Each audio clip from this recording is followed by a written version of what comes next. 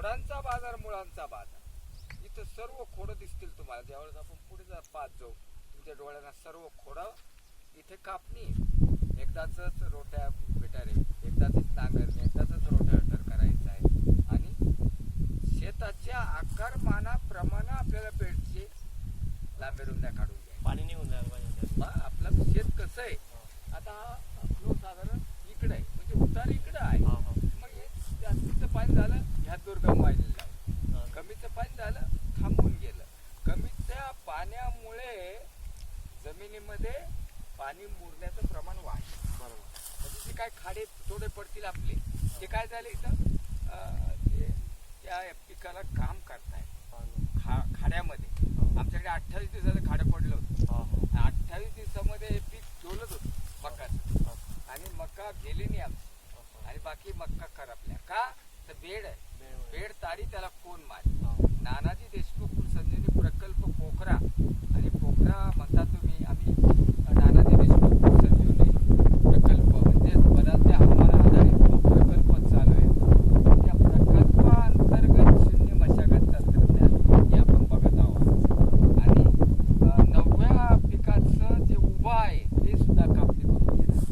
आणि त्याच्या अगोदर मका आहे, त्याच्या अगोदर तुम्हाला कापूस दिसत, कापूस मका, कापूस मका. यावेळेला काय झालं, कापूस न करता मका केला, मका काढून हरभरा केला, आणि मकाची खोडं दिसत आहे तुम्हाला, मकाचा ढिगारा दिसतोय. मध्ये विहीर आहे, विहिरीला हे पाणी थांबलं बेडमध्ये थोडंसं की ते विहिरीला झिरपत आलं. विहिरीमध्ये पाण्याच्या पोकळ्या नळ्या, जमिनीमधल्या पाण्याच्या ज्या शिरा असतात त्याच्यामधून पाणी पडवलं शिरतो. ते सुद्धा पाणी इथं आपल्याला कामा आलं. थोडासा वेळ वाढला, पाणी मोडला गेलं. म्हणजे इतके. आणि जमीन भूमातेला आपण काय दान द्यायला लागलो, काडी कचरा, पिकांची मुळं, गवताची मुळं. गवताची मुळं म्हणजे जी काय शिफरसचे.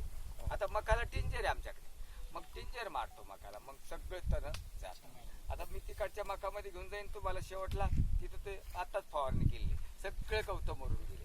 मग मुळं आणि गवताची मुळं आणि पिकांची मुळं ही जमिनीला दान देतोय आपण, आणि त्याच्यामुळे कर्बाचं प्रमाण वाढतं. आणि ही सगळी खळगट आहे जमीन, ही चोपनयुक्त जमीन आहे, क्षारपट जमीन आहे. कामा आली आम्हाला ही जमीन, कामा आली आम्हाला. आणि इथं पिकाची उत्पादकता सुद्धा वाढली. आज डॉलर बघतोय तुम्ही, आणि मध्ये सुद्धा घेतलाय, तिकडे बी डॉलर बघतोय. काय घाटी लागलेले सुंदर. आणि कमी पावसात, कमी पाण्यात, कमी वेळेत जेवण तयार आहे, जेवून घ्या. याचा अर्थ हा आहे की आमची जमीन तयार आहे, पण बेडदारी त्याला कोण मार. इथपर्यंत समजलं तुम्हाला. आता आपण